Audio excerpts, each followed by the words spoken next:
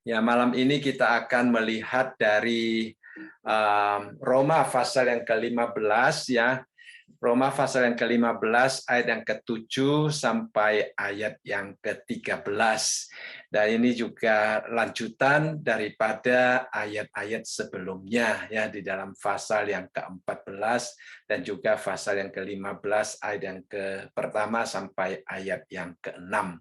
Nah, di dalam ayat yang ke-7 di situ dimulai dengan istilah sebab itu ya. Nah, sebab itu sebenarnya merupakan kata penghubung yang menghubungkan ayat sebelumnya, yaitu ayat yang ke-6 dan sebenarnya dari ayat yang pertama sampai ayat yang ke-6 ya.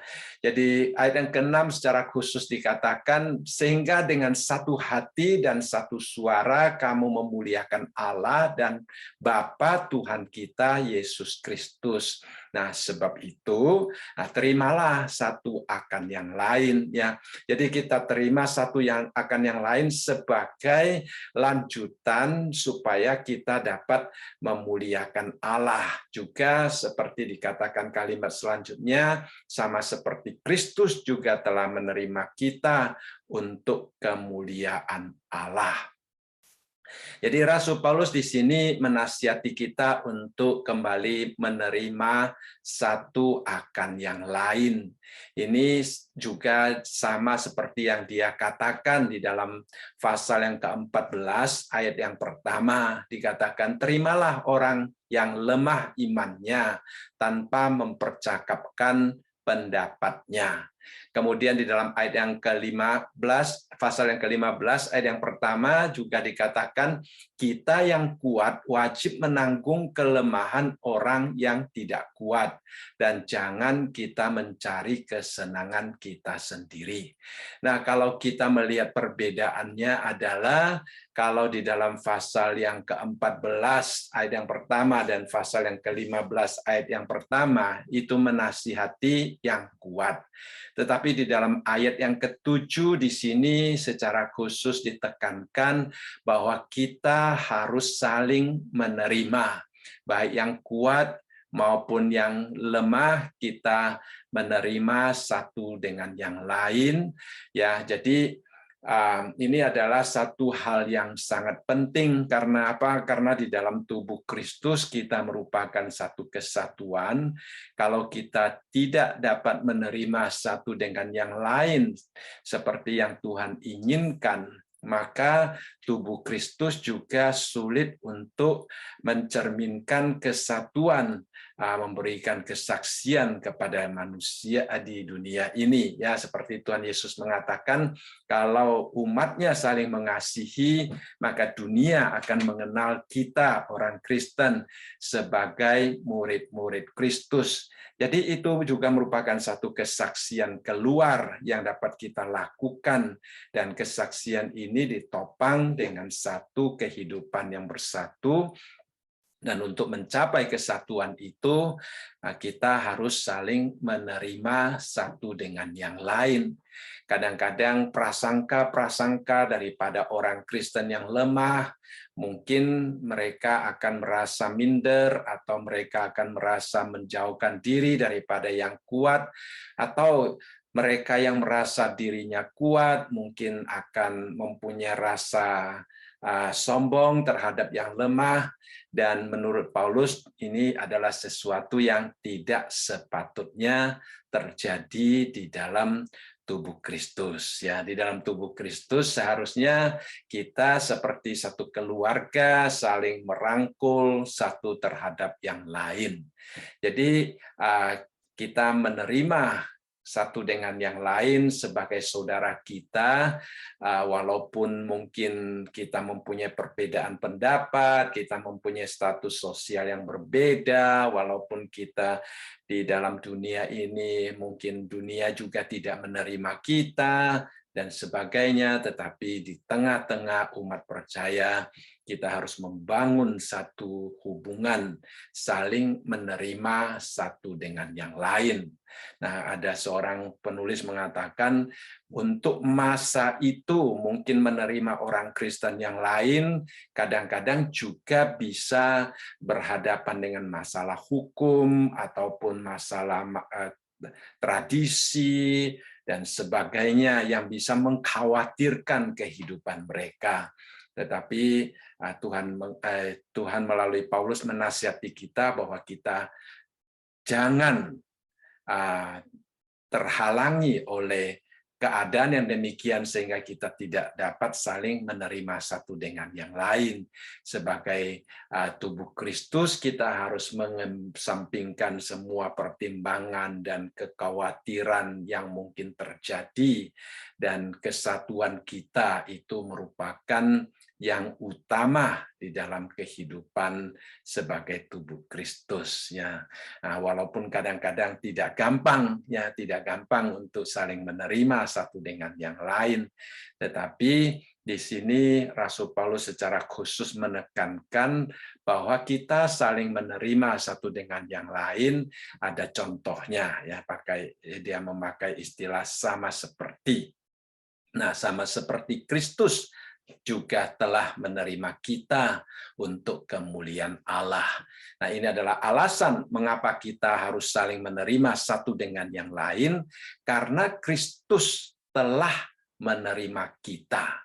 Dan istilah sama seperti di sini menunjukkan tentang cara dan kualitas, ya, cara dan kualitas sebagaimana Kristus menerima kita, sedemikian juga kualitas yang kita pakai untuk menerima saudara kita, cara yang kita pakai untuk menerima saudara kita seiman, itu harus seperti apa yang telah dilakukan oleh Tuhan Yesus.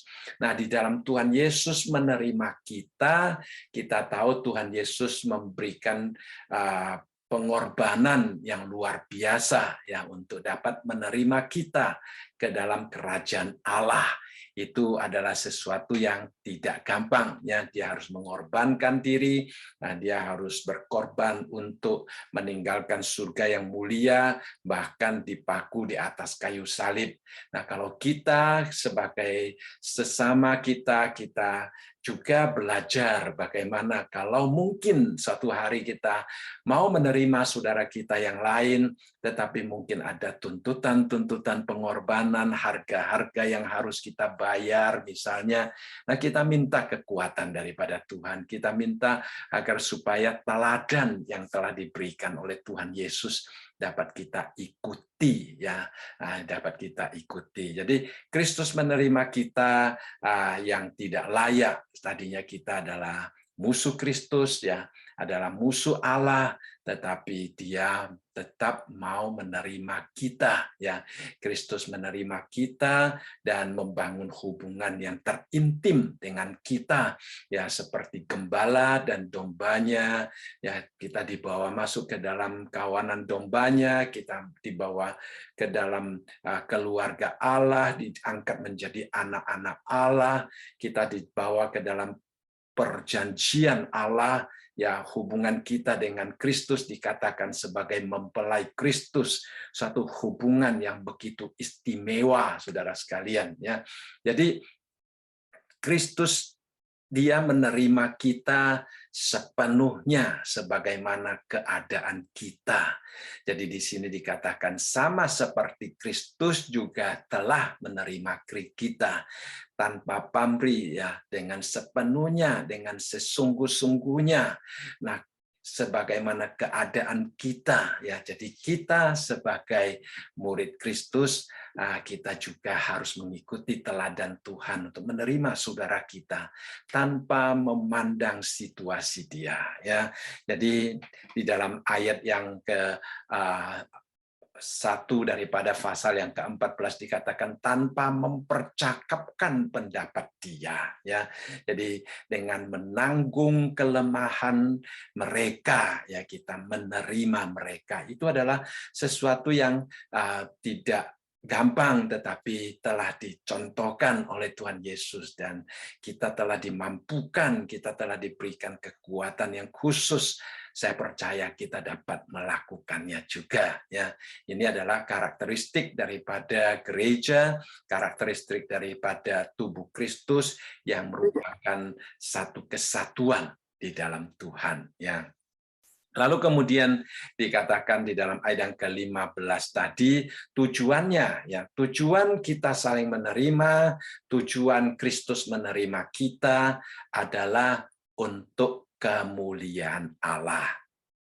Minggu lalu kita juga sudah membahas, kita melihat bagaimana kita menanggung kelemahan satu dengan yang lain, tidak mencari akan kesenangan diri sendiri, bagaimana kita mengikuti teladan Tuhan, ya, firman Tuhan yang memberikan pengharapan, membawa kerukunan sehingga kita satu hati, dan tujuan utama kita adalah untuk kemuliaan Allah, ya. Kita hidup untuk memuliakan Tuhan. Jadi Tuhan Yesus, Paulus di sini dalam ayat yang ke-7 kembali menyinggung bahwa tujuan kita saling menerima satu dengan yang lain, bukan apa-apa, bukan untuk menghibur seseorang, bukan untuk menunjukkan tentang keadaan kerohanian kita, tetapi tujuan kita untuk saling menerima satu dengan yang lain adalah untuk memuliakan Allah, yaitu kemuliaan Allah. Ini adalah akhir daripada penerimaan kita, tujuan akhir daripada penerimaan kita. Jadi kita melihat Tuhan Yesus, dia berinkarnasi, hidup di dalam dunia penuh dengan tantangan, ya, bahkan dikatakan tidak ada tempat untuk meletakkan kepalanya. Ya, Tuhan Yesus hidup dengan berbagai macam tantangan, dihina, diejek, bahkan dianiaya, disalibkan.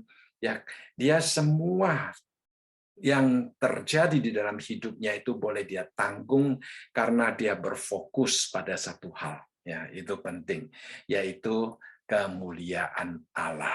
Ya, jadi dia lakukan semuanya itu bukan untuk saya, bukan untuk orang lain, tetapi untuk Allah, ya, untuk kemuliaan Allah. Jadi kita juga demikian, kita menerima saudara kita yang lain bukan untuk saudara kita, bukan untuk kita sendiri, tetapi untuk kemuliaan Allah. Jadi fokus kita adalah kemuliaan Allah, ya. Seperti yang saya katakan tadi, tujuan kedatangan Tuhan Yesus adalah untuk memuliakan Allah, seperti yang juga Tuhan Yesus katakan di dalam doanya di dalam Yohanes pasal yang ke-17, ya. Dari ayat yang ke-21 dikatakan, demikianlah kata Yesus, lalu ia menengadah ke langit dan berkata, Bapa, telah tiba saatnya, permuliakanlah anakmu, supaya anakmu mempermuliakan engkau. Dan aku telah memberikan kepada mereka kemuliaan yang engkau berikan kepadaku, supaya mereka menjadi satu sama seperti kita adalah satu. Aku di dalam mereka dan engkau di dalam aku, supaya mereka sempurna menjadi satu, agar dunia tahu bahwa engkau telah mengutus aku dan bahwa engkau mengasihi mereka sama seperti engkau mengasihi aku. Kita melihat di dalam doa daripada Tuhan Yesus itu, yang pertama-tama dia berbicara tentang bagaimana kemuliaan daripada Bapa dan kemuliaan daripada Anak boleh dinyatakan, ya, dinyatakan melalui kesatuan daripada umat yang telah diselamatkan, ya. Jadi kesatuan kita itu merupakan unsur yang sangat penting agar supaya Anak dipermuliakan dan Bapa juga dipermuliakan, karena kesatuan kita itu merupakan kemuliaan yang Tuhan Yesus berikan kepada kita melalui penebusannya, ya. Jadi kita boleh bersatu dengan Bapa Surgawi, kita boleh bersatu dengan Tuhan Yesus, kita boleh bersatu dengan saudara-saudara saudari seiman kita, Karena Yesus sendiri yang menyatukan. Ya. Dan di sini dikatakan bahwa di dalam proses menyatukan itu sebenarnya Tuhan Yesus memberikan kepada kita kemuliaan. Oh ya, kesatuan itu sendiri merupakan satu hal yang sangat indah. Sebelum kita memiliki kesatuan itu, ya kita adalah orang-orang yang sepatutnya berjalan kepada kebinasaan. Jadi di sini Tuhan Yesus menunjukkan bahwa kesatuan telah diberikan kepada kita. Ya, kesatuan itu merupakan kemuliaan yang Tuhan berikan kepada setiap kita.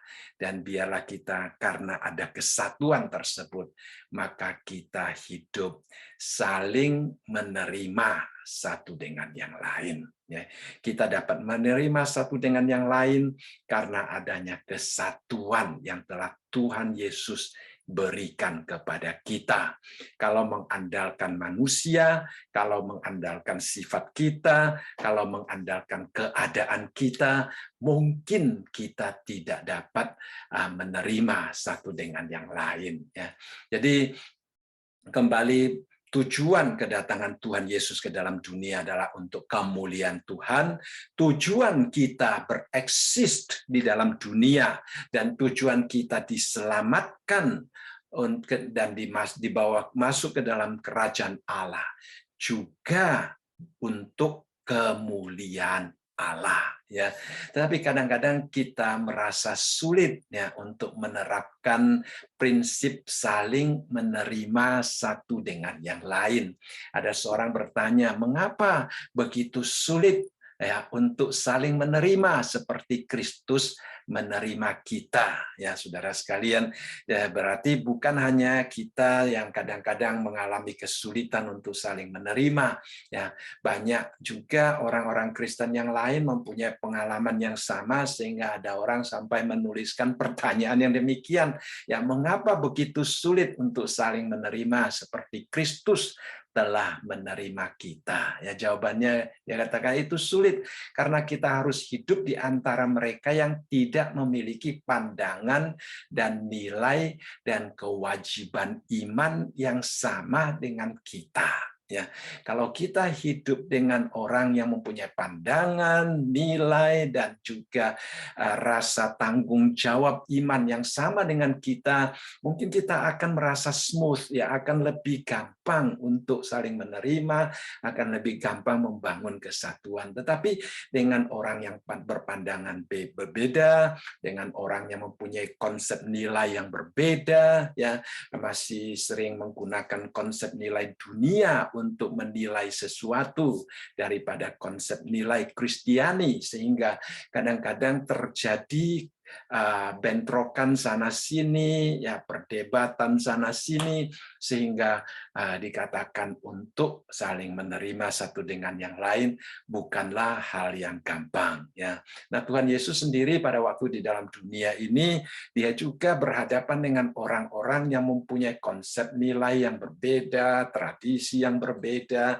Ya Tuhan Yesus pernah didatangi oleh orang-orang Farisi dan ahli-ahli Taurat yang sangat memperhatikan cuci tangan, lalu mengatakan kepada Tuhan Yesus bahwa murid-murid tidak mencuci tangan sebelum makan, ya. Nah, di dalam konsep orang Farisi dan orang ahli-ahli Taurat, mereka menganggap cuci tangan itu berhubungan dengan kekudusan hidup seseorang, ya.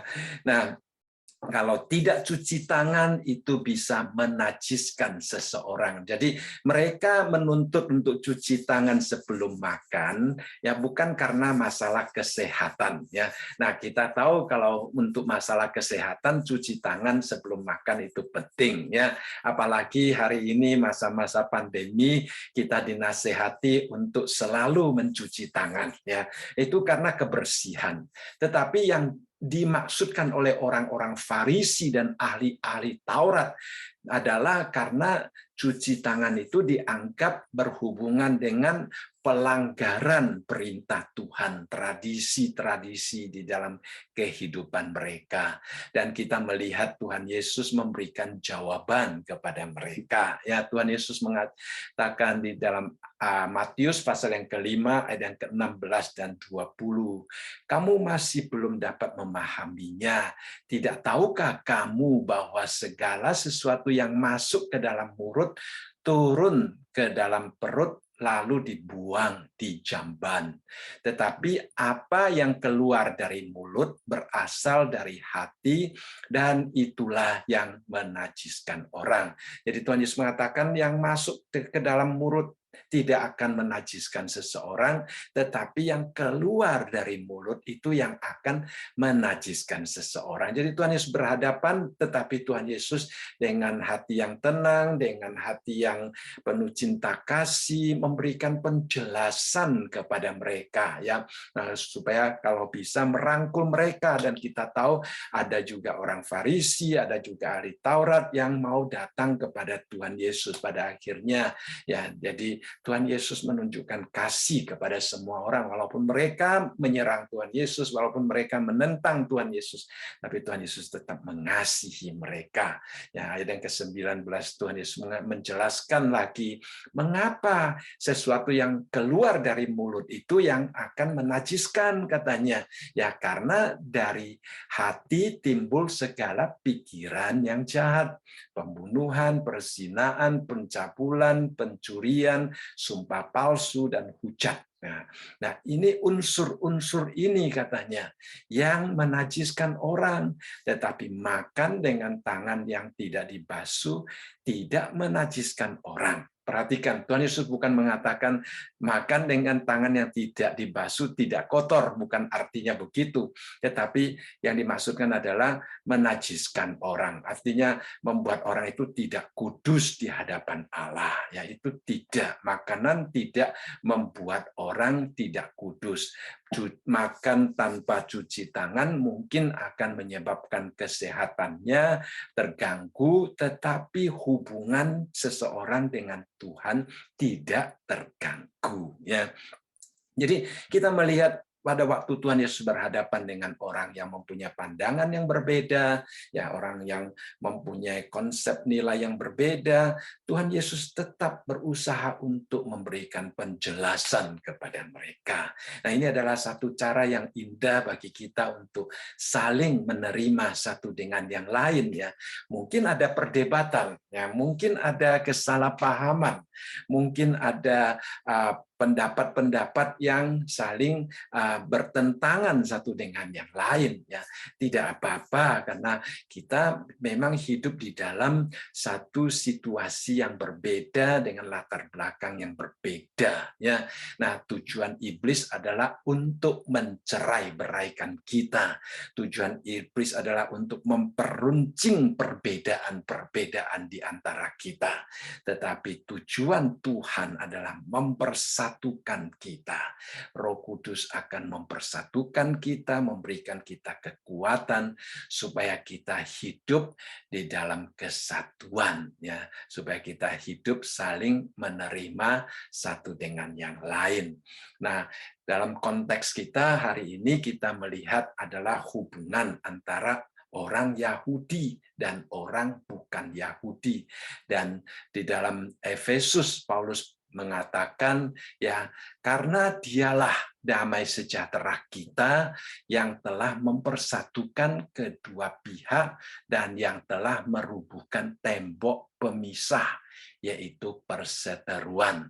Sebelum kita mengenal Tuhan Yesus, kita juga mungkin seperti yang dikatakan di sini, adanya tembok pemisah, ya, yang memisahkan kita, ya, yang menyebabkan kita tidak dapat berkomunikasi satu dengan yang lain, yang menyebabkan kita tidak dapat menerima satu dengan yang lain. Tetapi hari ini kita dapat menerima satu dengan yang lain bukan karena kemampuan kita, tetapi Kristus yang adalah damai sejahtera kita, yang mempersatukan kita, yang merubuhkan, ya, penghalang di tengah-tengah kita. Ya, jadi dikatakan di sini sebab dengan matinya sebagai manusia telah membatalkan hukum Taurat dengan segala perintah dan ketentuannya untuk menciptakan keduanya menjadi satu manusia baru di dalam dirinya dan dengan itu mengadakan damai sejahtera dan untuk memperdamaikan keduanya di dalam satu tubuh dengan Allah oleh salib dengan melenyapkan perseteruan pada salib itu.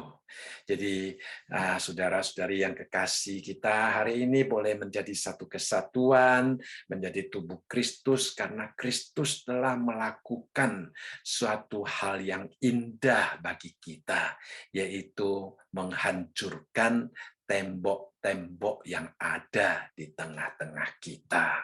Nah, hari ini iblis berusaha kembali membangun tembok-tembok itu, baik di dalam kehidupan bergereja maupun di dalam kehidupan kita antara satu Kristen dengan orang Kristen yang lain, bahkan antara satu denominasi dengan denominasi yang lain. Saudara sekalian, ya kadang-kadang kita secara sadar atau tidak sadar dipakai oleh si jahat untuk mencerai-beraikan anggota-anggota tubuh Kristus, anggota-anggota keluarga Allah. Ya, itu adalah satu hal yang sangat menyedihkan karena Tuhan Yesus dengan harga yang sangat mahal. Ya, kita melihat di dalam ayat ini Tuhan Yesus dengan harga yang sangat mahal mempersatukan kita sehingga kita menjadi satu manusia yang baru, yaitu tubuh Kristus.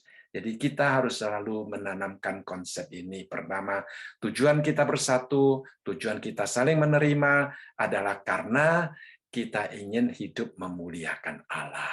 Ini adalah hal yang penting. Kemudian yang dikatakan di sini bahwa tujuan kita hidup satu dengan yang lain karena Yesus menjadikan kita sebagai satu manusia yang baru. Ya, jadi kita yang lama mungkin ada perbedaan-perbedaan kita tinggalkan, ya kita tinggalkan dan kita berfokus kepada apa yang diinginkan Tuhan. Itu akan menolong kita dan kesatuan kita sebenarnya juga merupakan wujud atau ekspresi daripada ketaatan penuh kita kepada Tuhan Yesus. Ya, baik, itu adalah ayat yang ke-7 yang menekankan bahwa kita harus saling menerima satu dengan yang lain dan sama seperti Kristus telah menerima kita untuk kemuliaan Allah. Kemudian di dalam ayat yang ke-8 dikatakan, yang aku maksudkan ialah bahwa oleh karena kebenaran Allah, Kristus telah menjadi pelayan orang-orang bersunat untuk mengokohkan janji yang telah diberikannya kepada nenek moyang kita. Nah, Paulus ini menjelaskan apa yang dia maksudkan dengan saling menerima, karena Allah telah menerima orang-orang yang bersunat. Ya, Allah telah menerima orang-orang yang bersunat. Di dalam ayat selanjutnya dikatakan Allah juga menerima orang-orang bukan Yahudi. Jadi baik orang Yahudi maupun orang bukan Yahudi telah diterima oleh Allah di dalam Kristus. Bahkan dikatakan di sini bahwa Kristus telah menjadi pelayan orang-orang bersunat. Ya, memang bahasa Indonesia terjemahannya kurang jelas ya. Kalau di dalam bahasa Inggris, khususnya di dalam King James Version, dan saudara sekalian ya, kita melihat di situ lebih langsung kepada bahasa aslinya dikatakan bahwa Tuhan Yesus yang menjalankan upacara sunat itu. Jadi Tuhan Yesus yang melaksanakan sunat bagi orang-orang Yahudi, orang-orang bersunat itu. Ya, sama seperti kalau di gereja hari ini pendeta yang melakukan baptisan bagi jemaat. Jadi Tuhan Yesus yang dikatakan di sini melakukan sunat bagi orang-orang yang bersunat. Jadi pertama-tama kita melihat di dalam ayat ini, yang aku maksudkan ialah bahwa oleh karena kebenaran Allah, Kristus telah menjadi pelayan orang-orang bersunat atau melakukan sunat bagi orang-orang bersunat untuk mengokohkan janji yang telah diberikannya kepada nenek moyang kita. Jadi pertama-tama kita melihat di sini Tuhan Yesus datang ke dalam dunia ini adalah untuk menggenapi, untuk mengokohkan janji Allah. Ya, nah jadi alasan mengapa kita saling menerima satu dengan yang lain karena Kristus telah menerima orang-orang Yahudi, dan bagaimana caranya, yaitu Kristus menerima mereka dengan mengokohkan janji yang Allah berikan kepada nenek moyang mereka. Nah, Tuhan Yesus menggenapinya melalui sikap yang merendahkan hati, yaitu mau menghormati akan sunat yang mereka lakukan di dalam perjanjian lama. Dialah yang menjalankannya.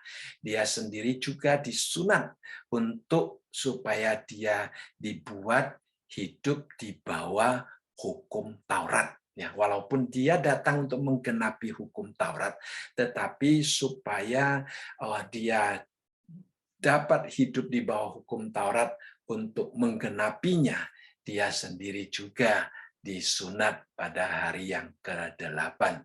Jadi Tuhan Yesus dia sendiri yang telah menunjukkan kepada kita bahwa di dalam tradisi orang Yahudi, walaupun dia adalah juru selamat, tetapi tradisi-tradisi orang Yahudi, kebiasaan-kebiasaan orang Yahudi itu juga sesuatu yang indah di mata Tuhan, ya. Sehingga Tuhan Yesus tetap mengokohkannya. Nah, kita tahu di sini menunjukkan kepada kita bahwa janji Allah itu adalah sesuatu yang dapat kita pegang, saudara sekalian. Di dalam kehidupan kita banyak sekali kita menemukan janji-janji daripada Allah, ya. Dan di dalam Titus pasal yang pertama, ayat yang pertama dan kedua dikatakan, dari Paulus hamba Allah dan Rasul Yesus Kristus untuk memelihara iman orang-orang pilihan Allah dan pengetahuan akan kebenaran seperti yang nampak dalam ibadah kita, dan berdasarkan pengharapan akan hidup yang kekal yang sebelum permulaan zaman sudah dijanjikan oleh Allah yang tidak berdusta.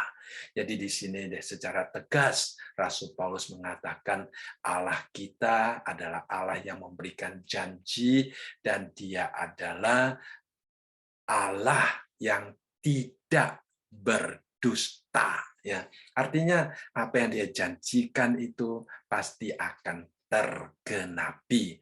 Dan dikatakan di dalam ayat yang ke-8 tadi bahwa Tuhan Yesus datang untuk mengokohkan janji yang telah Allah berikan kepada nenek moyang mereka.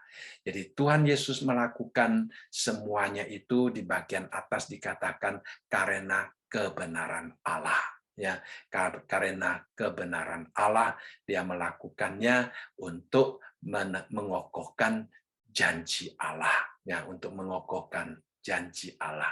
Apa yang dia beritakan adalah kebenaran Allah, ya. Dan Yohanes mengatakan, tetapi yang kamu kerjakan ialah berusaha untuk membunuh aku. Aku seorang yang mengatakan kebenaran kepadamu, yaitu kebenaran yang kudengar dari Allah. Pekerjaan demikian tidak dikerjakan oleh Abraham. Jadi kita melihat di sini Tuhan Yesus, dia pada waktu datang untuk menggenapi janji Allah sesuai dengan kebenaran Allah, dan di dalam dia menyampaikan kebenaran Allah, orang-orang Yahudi berusaha untuk membunuh dia, ya. Jadi Tuhan Yesus menghadapi tantangan. Kemudian kita melihat di sini dikatakan janji yang telah diberikan kepada nenek moyang. Ya, janji yang paling pertama yang diberikan kepada nenek moyang mereka adalah di dalam Kejadian pasal yang ketiga ayat yang ke-15. Ya, saya ingat saya pernah menjelaskan ayat ini sebelumnya. Dikatakan, aku akan mengadakan permusuhan antara engkau dengan perempuan ini. Nah, engkau yang dimaksud di sini adalah ular. Antara keturunanmu dan keturunannya.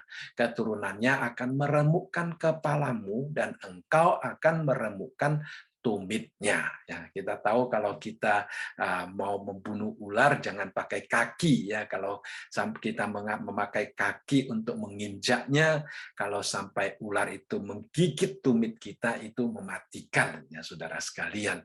Jadi ular akan mematikan seseorang dengan menggigit tumitnya. Nah, saudara sekalian, di sini dikatakan permusuhan antara ular dan keturunan ular dan perempuan, yaitu Hawa ya, dan keturunan ular dan keturunan Hawa. Kita tahu Yesus Kristus adalah satu-satunya keturunan yang tidak mempunyai bapa. Ya, dia hanya berasal dari seorang ibu yang dikandung oleh Roh Kudus. Di dalam dunia ini hanya satu-satunya keturunan perempuan ya, yaitu Tuhan Yesus. Kalau kita keturunan laki-laki dan perempuan. Jadi ini adalah janji bahwa Yesus Kristus di atas kayu salib akan meremukkan kepala si iblis ya.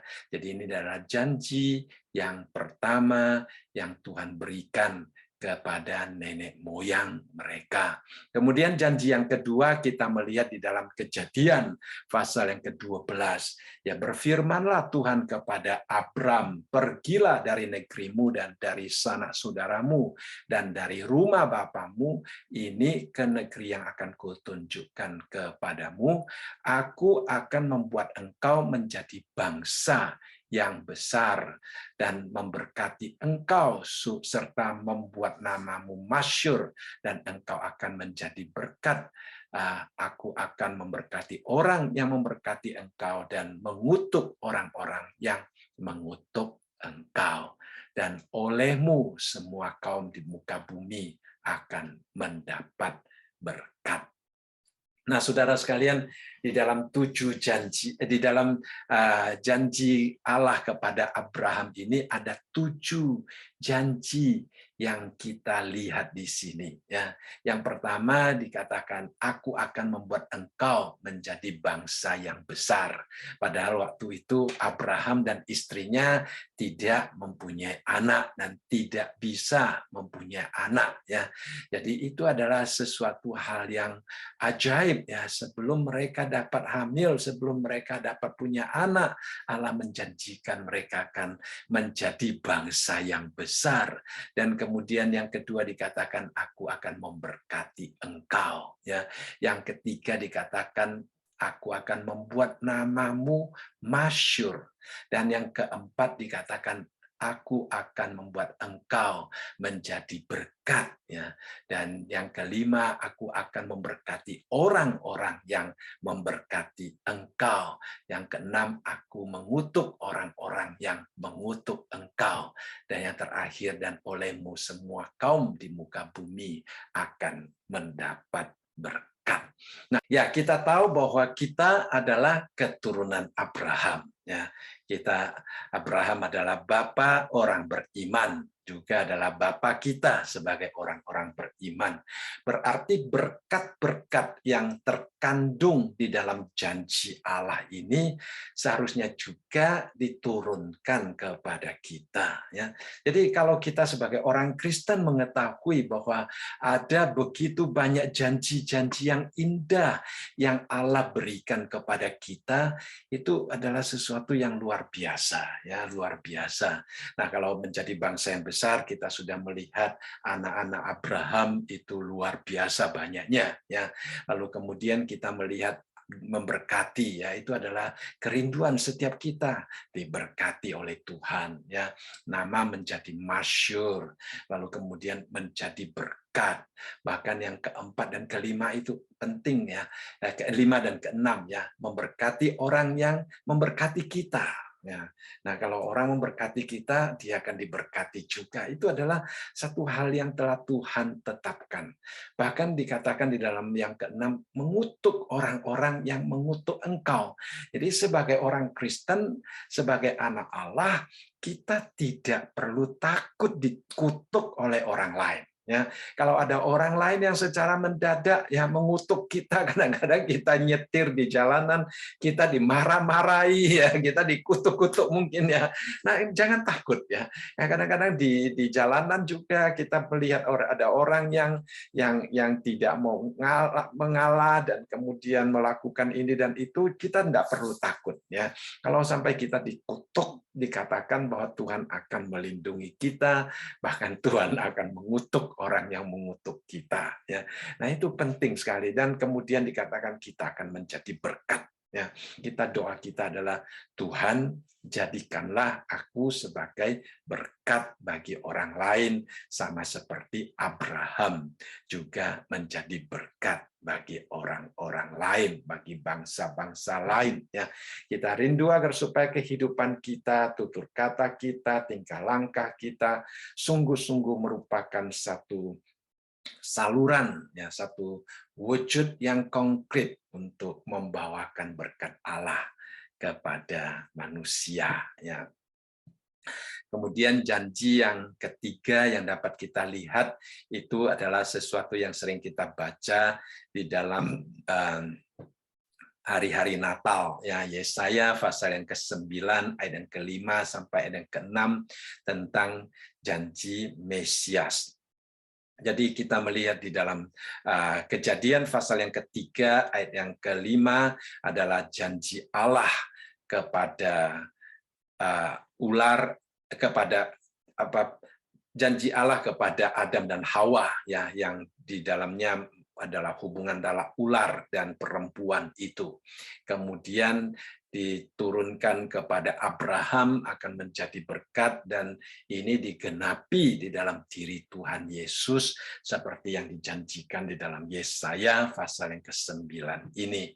Sebab seorang anak telah lahir untuk kita, seorang putra telah diberikan untuk kita, lambang pemerintahan ada di atas bahunya, dan namanya disebut orang penasihat ajaib, Allah yang perkasa, Bapa yang kekal, Raja damai.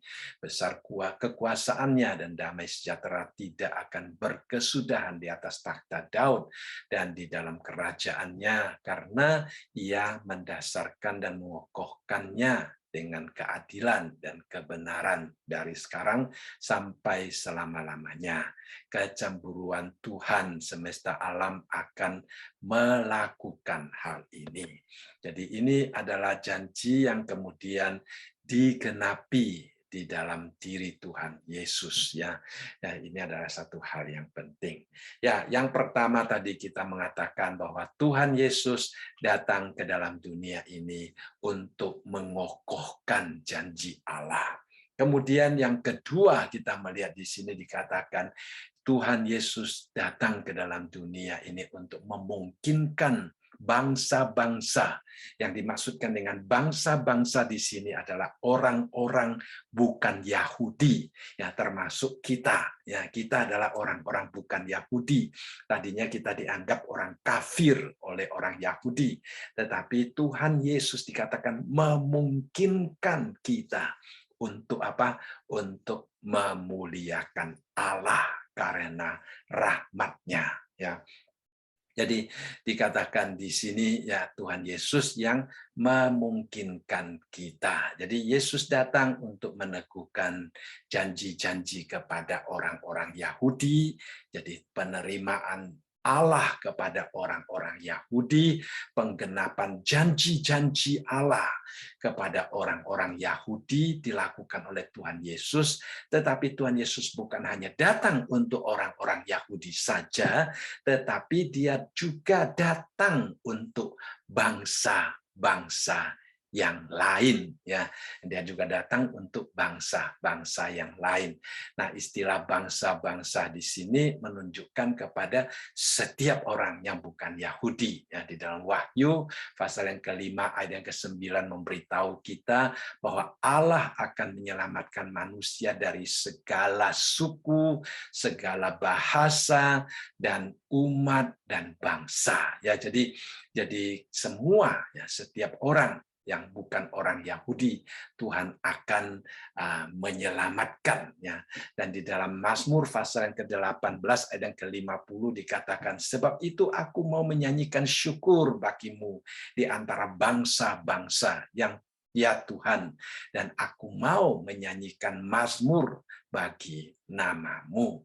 Nah, kita ingat pada waktu murid-murid Tuhan Yesus ada yang masih menganggapnya sebelum mereka bersatu mengadakan sidang gereja dan sebagainya, mereka masih menganggap orang-orang bukan Yahudi tidak boleh makan bersama-sama dengan orang Yahudi dan sebagainya.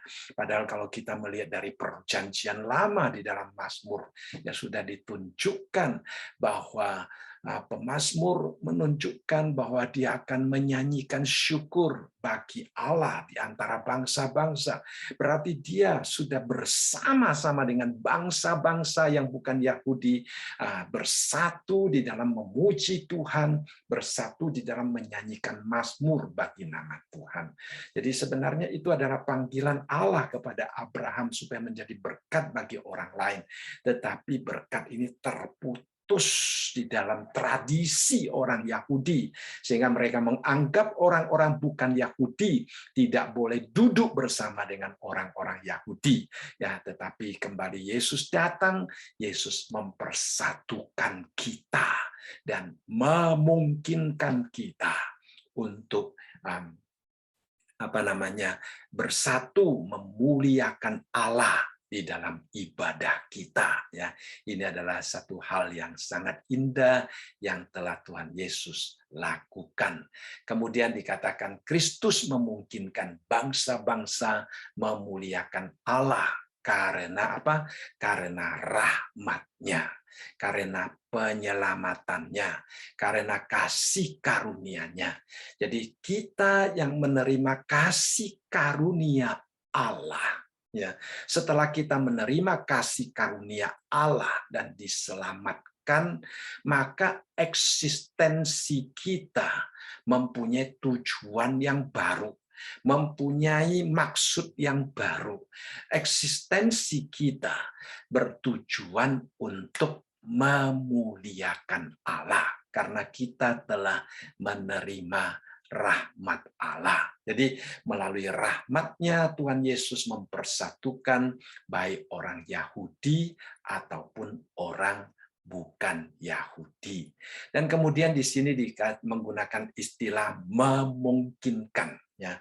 Memang secara umum baik orang Yahudi maupun orang bukan Yahudi membutuhkan rahmat Allah di dalam Tuhan Yesus, yaitu adalah sama. Tetapi bagi orang Yahudi, karena mereka sudah adalah umat pilihan Allah, untuk pindah dari umat pilihan Allah ke dalam kerajaan Allah melalui Yesus Kristus itu tidak sesulit orang-orang bukan Yahudi yang tadinya sama sekali di luar, ya sekarang dibawa masuk untuk mengenal Allah, untuk memuji Allah, ya. Itu adalah sesuatu yang melangkah lebih banyak dibandingkan dengan orang-orang Yahudi, ya, seperti yang pernah kita bahas di dalam Hosea, ya. Di dalam Hosea pasal yang pertama ayat yang ke-6 dikatakan, berilah nama Lo Ruhama kepada anak itu, ya. Jadi anak perempuannya diberi nama Lo Ruhama, ya. Jadi Ruhama itu adalah rahmat, ya. Jadi yang anak-anak yang bukan dari rahmat Allah, ya. Jadi tidak mendapatkan kasih sayang daripada Allah itu adalah satu nama yang melambangkan hubungan antara orang Israel dengan Allah. Tadinya orang Israel adalah umat yang hidup di bawah rahmat Tuhan. Tetapi sekarang dikatakan Tuhan tidak menyayangi mereka, Tuhan tidak lagi mengampuni mereka, sehingga mereka bukan lagi anak-anak di dalam rahmat Tuhan. Dan kepada anaknya yang laki-laki dikatakan lo ami, ya. Lo ami itu adalah umat, ya. Jadi orang Israel bukan lagi umat Allah, bukan lagi milik Allah. Dan kemudian di dalam ayat yang ke-12 dikatakan, katakanlah kepada saudaramu laki-laki ami, ya umat, dan kepada saudara-saudaramu perempuan ruhama. Nah, kemudian diterima kembali. Ya, jadi ini adalah rahmat Allah yang Allah tunjukkan kepada orang-orang Yahudi yang tadinya adalah umat pilihan, kemudian Tuhan tidak menyayangi mereka lagi karena dosa mereka. Kemudian melalui Yesus Kristus mereka diterima kembali. Nah, saudara dan saya yang tadinya memang bukan orang-orang yang berada di bawah rahmat Allah, bukan umat Allah karena kita bukan pilihan Allah, bahkan di dalam konsep orang Yahudi kita adalah kafir. Nah, saudara sekalian, kita juga dimungkinkan oleh Tuhan Yesus untuk memuji Allah, untuk memuliakan Allah. Jadi ini adalah satu karya Tuhan Yesus yang indah bagi saudara dan saya. Nah, di sini sekali lagi, kalau Yesus Kristus yang sudah memungkinkan bangsa-bangsa untuk memuliakan Allah, maka kita harus saling menerima satu dengan yang lain. Lalu kalimat yang terakhir dikatakan, seperti ada tertulis, sebab itu aku akan memuliakan engkau di antara bangsa-bangsa dan menyanyikan mazmur bagi namamu. Ya, ini yang tadi kita bahas tadi di dalam Mazmur pasal yang ke-18 ayat yang ke-50 yang di mana Daud pada waktu itu dibawa ilham daripada Roh Kudus menunjukkan tentang kesatuan baik orang Yahudi maupun orang bukan Yahudi di dalam Tuhan, di dalam mereka bersama-sama memuji Allah, memuliakan Allah, menyanyikan mazmur. Jadi orang Yahudi dan orang bukan Yahudi akan duduk bersama-sama di hadapan Allah untuk menyanyi, menyembah, memuji, memuliakan Allah. Ini adalah satu konsep yang di zaman Daud adalah sesuatu yang belum mereka dapat mengerti, tetapi Daud sudah diilhami sehingga Daud mengucapkan kata-kata yang demikian. Ya, jadi kita melihat karena Tuhan Yesus telah menerima orang-orang Yahudi, Tuhan Yesus telah menerima orang-orang bukan Yahudi, maka kita juga diminta untuk saling menerima satu dengan yang lain. Kemudian di dalam ayat yang ke-10 dan ayat yang ke-11 dikatakan, dan selanjutnya bersukacitalah hai bangsa-bangsa dengan umatnya, dan lagi pujilah Tuhan hai kamu semua bangsa-bangsa, dan biarlah segala suku bangsa memuji Dia.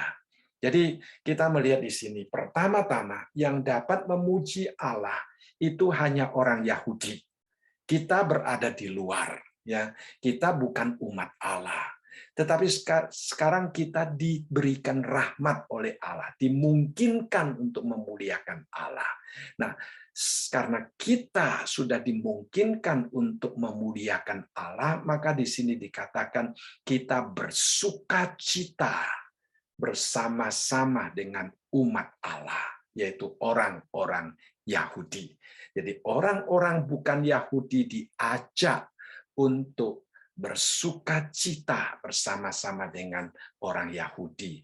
Orang-orang bukan Yahudi di dalam ayat yang ke-11 disuruh untuk memuji Tuhan bersama-sama dengan orang-orang bukan Yahudi. Jadi semua bangsa ya, semua bangsa disuruh memuji Tuhan dan memuji, menyembah di hadapan Tuhan. Jadi ini adalah satu hal yang indah ya di dalam Mazmur pasal yang ke-117 ayat yang pertama dan kedua juga sebenarnya pemazmur juga digerakkan untuk mengajak bangsa-bangsa. Dikatakan, pujilah Tuhan hai segala bangsa, megahkanlah Dia hai segala suku bangsa. Jadi bukan hanya panggilan kepada orang-orang Yahudi saja untuk memuji Allah, untuk menyembah Allah, tetapi segala bangsa, segala suku bangsa dipanggil untuk menyembah dan memuliakan Allah. Jadi di sini kita melihat kedatangan Tuhan Yesus memungkinkan orang-orang bukan Yahudi untuk memuliakan Allah melalui salibnya. Melalui salib Kristus, kita hari ini boleh datang berdoa secara langsung kepada Allah. Kita hari ini boleh datang memuji Allah semata-mata karena Tuhan Yesus yang telah memungkinkan kita untuk memuliakan Allah. Di dalam ayat yang Mazmur pasal 23, satu ayat yang tidak asing bagi kita. Di sini pemazmur mengatakan, kebajikan dan kemurahan belaka akan mengikuti aku seumur hidupku, dan aku akan diam dalam rumah Tuhan sepanjang masa. Ya, jadi ini adalah satu kerinduan daripada pemazmur. Lalu di dalam Mazmur 25 dikatakan, ingatlah segala rahmat-Mu dan kasih setia-Mu ya Tuhan, sebab semuanya itu sudah ada sejak purbakala. Dosa-dosaku pada waktu muda dan pelanggaran-pelanggaranku janganlah Kau ingat, tetapi ingatlah kepadaku sesuai dengan kasih setia-Mu, oleh karena kebaikan-Mu ya Tuhan. Jadi kita melihat di sini pemazmur, dia sungguh-sungguh mau merasakan kebaikan Tuhan melalui puji-pujian. Dan saudara dan saya sebagai orang-orang bukan Yahudi juga diajak untuk ikut mengambil bagian di dalam memuji akan kasih, kesetiaan, dan kemurahan Tuhan. Ya, di dalam Mazmur pasal yang ke-103 juga dikatakan, Tuhan adalah penyayang dan pengasih, panjang sabar dan berlimpah kasih setia. Tidak selalu Ia menuntut dan tidak selalu untuk selama-lamanya Ia mendendam. Tidak dilakukannya kepada kita setimpal dengan dosa kita dan tidak dibalaskannya kepada kita setimpal dengan kesalahan kita. Tetapi setinggi langit di atas bumi, demikian besarnya kasih setianya atas orang-orang yang takut akan Dia. Jadi di sini secara merata, baik orang Yahudi maupun orang bukan Yahudi, dosanya diampuni sehingga tidak ada lagi penghalang bagi kita untuk memuliakan Allah. Ya, tadinya karena ada dosa-dosa yang disebutkan di sini menghalangi kita untuk memuliakan Allah. Dosa memisahkan kita daripada Allah. Tetapi Yesus Kristus datang membuang tembok pemisah itu, sehingga kita dimungkinkan untuk memuliakan Allah. Kemudian selain Yesus Kristus datang, Dia datang untuk mengokohkan akan janji Allah. Kemudian yang kedua, Dia datang untuk memungkinkan orang-orang bukan Yahudi ya untuk memuliakan Allah. Jadi baik orang Yahudi maupun orang bukan Yahudi bersama-sama boleh menyembah Tuhan di dalam satu tempat di mana Tuhan inginkan, yaitu hari ini gerejanya. Kemudian yang ketiga, di dalam ayat yang ke-12 dan ayat yang ke-13, kita melihat Kristus datang untuk memberikan pengharapan sejati kepada kita. Jadi pertama, Tuhan Yesus mengokohkan janji Allah kepada orang Yahudi. Kemudian Yesus datang memungkinkan orang-orang bukan Yahudi memuliakan Allah. ketika kita melihat di sini Tuhan Yesus datang untuk memberikan pengharapan sejati. Ya, di dalam ayat yang ke-12 dikatakan, dan selanjutnya kata Yesaya, taruh dari pangkal Isai akan terbit dan ia akan bangkit untuk memerintah bangsa-bangsa, dan kepadanya lah bangsa-bangsa akan menaruh harapan. Nah, kita tahu bahwa kalimat ini dikutip dari Yesaya pasal yang 11 ayat yang ke-10, ya, maka dia katakan dan selanjutnya kata Yesaya. Nah, istilah pengharapan ini kalau kita perhatikan di dalam ayat yang ke-12 dan ayat yang ke-13 disebut sebanyak 3 kali, saudara sekalian, istilah pengharapan. Ya. Jadi Rasul Paulus ingin menolong kita mengerti bahwa di dalam kehidupan Kristiani kita mempunyai harapan. Ya, kita mempunyai harapan. Nah, dunia kadang-kadang mengecewakan. Dunia kadang-kadang menakutkan. Ya, apalagi situasi hari ini. Kita tidak tahu bagaimana akan terjadi pada hari esok. Ya, kita tidak tahu, kelihatannya hidup manusia tidak menentu. Bahkan kita kalau mau bepergian kita sulit untuk mengadakan perencanaan. Ya, kita tidak tahu kapan baru bisa pulang ke Indonesia lagi nanti misalnya. Ya, sulit untuk merencanakan akan travel kita atau kehidupan kita, saudara sekalian, karena situasi. Tetapi di dalam Tuhan ada harapannya. Harapan yang bagaimana yang kita miliki di dalam Tuhan. Itu bukan sesuatu keinginan kita, saudara sekalian. Kadang-kadang kita mencampur baurkan antara harapan di dalam Tuhan dan keinginan kita. Ya, seorang penulis menulis dengan sangat baik. Dia mengatakan harapan sejati di dalam Tuhan bukan keinginan kita, bukan bayang-bayang kita, bukan rencana kita, bukan apa yang kita harapkan, tetapi harapan yang ada di dalam Tuhan merupakan keyakinan pada kepastian yang akan Tuhan lakukan di dalam hidup kita. Nah, itu harapan yang sejati. Ya, kadang-kadang kita menganggap, oh saya mempunyai rencana ini, saya mempunyai rencana itu harapan saya supaya satu hari bisa terjadi di dalam hidup saya. Nah, itu memang bisa terjadi di dalam rencana kita, tetapi kita juga harus berkata seperti yang dikatakan oleh Yakobus, kalau Tuhan menghendaki. Ya, kalau Tuhan menghendaki. Jadi harapan yang sejati yang dimiliki oleh orang Kristen adalah respons kita pada janji Allah, kepastian yang Allah akan berikan kepada kita. Nah, di sini dikatakan kita menaruh pengharapan kepada Tuhan Yesus, ya. Taruh di sini menggunakan istilah taruh dari pangkal Isai, ya.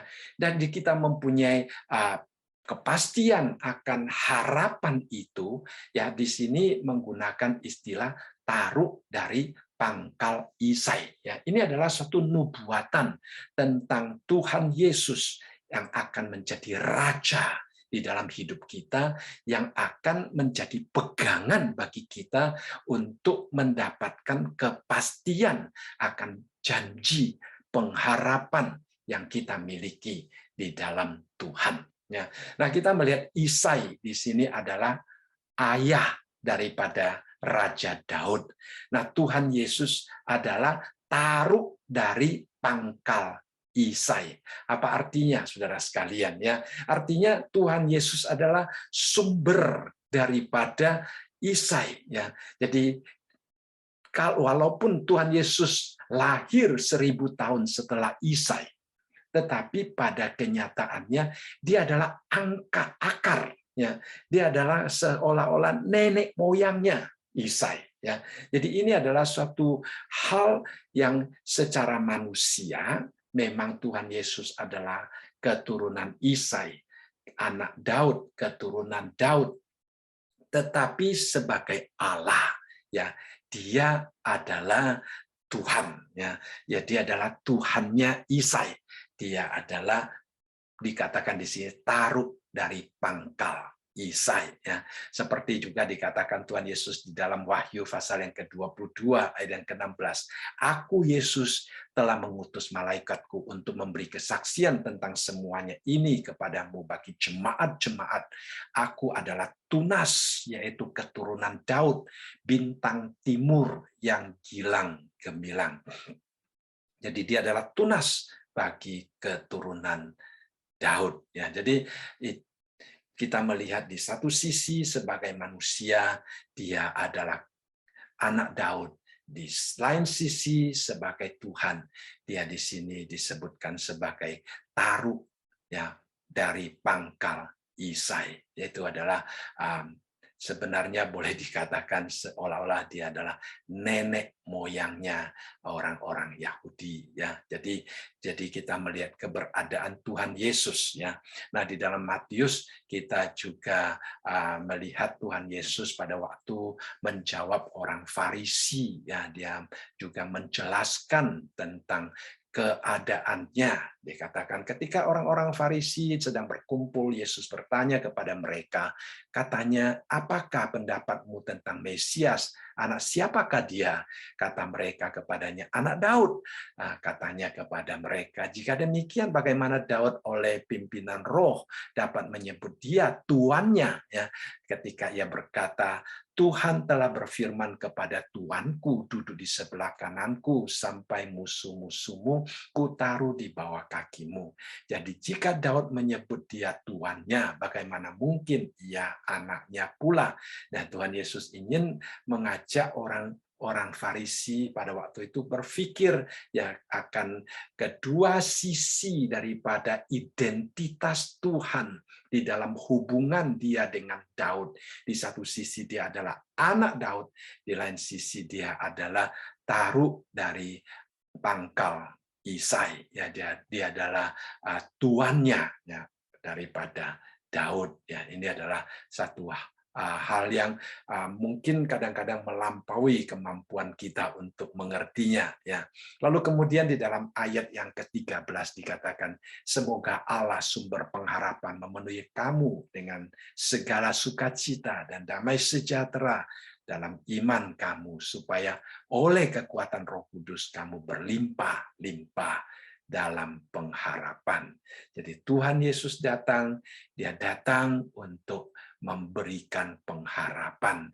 Ini adalah doa yang disampaikan oleh Rasul Paulus kepada orang-orang Yahudi yang ada pada waktu itu. Ya, ini adalah satu doa yang sangat indah, dan saya juga berdoa malam ini agar supaya Tuhan ya sumber pengharapan memenuhi kamu dengan segala sukacita dan damai sejahtera dalam iman kamu, supaya oleh kekuatan Roh Kudus kamu berlimpah-limpah dalam pengharapan. Ya, dunia bisa mengecewakan, tetapi Tuhan tidak pernah akan mengecewakan. Ya, jadi ini adalah doa yang indah.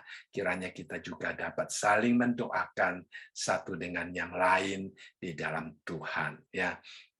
Dan kemudian sebagai kesimpulannya, saudara sekalian, ya pertama-tama kita berdoa agar supaya kita dapat saling menerima satu dengan yang lain, saling menolong satu dengan yang lain, saling menanggung beban satu dengan yang lain.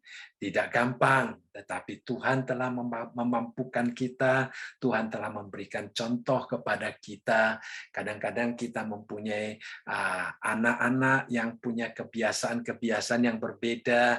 Ya, ada seorang saudari yang sekarang sudah menjadi mama. Suatu hari dia melihat foto masih remaja, rambutnya dicat. Sekarang dia merasa tidak bisa menerima rambutnya yang dicat itu. Jadi kadang-kadang anak kita di dalam masa transisi dia mempunyai tingkah langkah atau mempunyai keinginan yang menurut kita secara tradisi tidak baik. Saudara sekalian, kita jangan terlalu sedih, jangan terlalu menentang, biar dia lakukan. Ya, satu saat dia sendiri tidak akan menyukainya lagi. Ya, jadi di dalam keluarga kadang-kadang ada hal-hal yang kecil yang menyebabkan kita timbul banyak permasalahan, tidak dapat saling menerima satu dengan yang lain. Ya, kita minta Tuhan menolong kita, memberikan hikmat kebijaksanaan kepada kita, agar supaya kita hidup di dalam damai di dalam keluarga kita, dengan saling menerima satu dengan yang lain. Dan yang kedua, ya kiranya pengharapan hati dalam hati kita berlimpah-limpah, ya.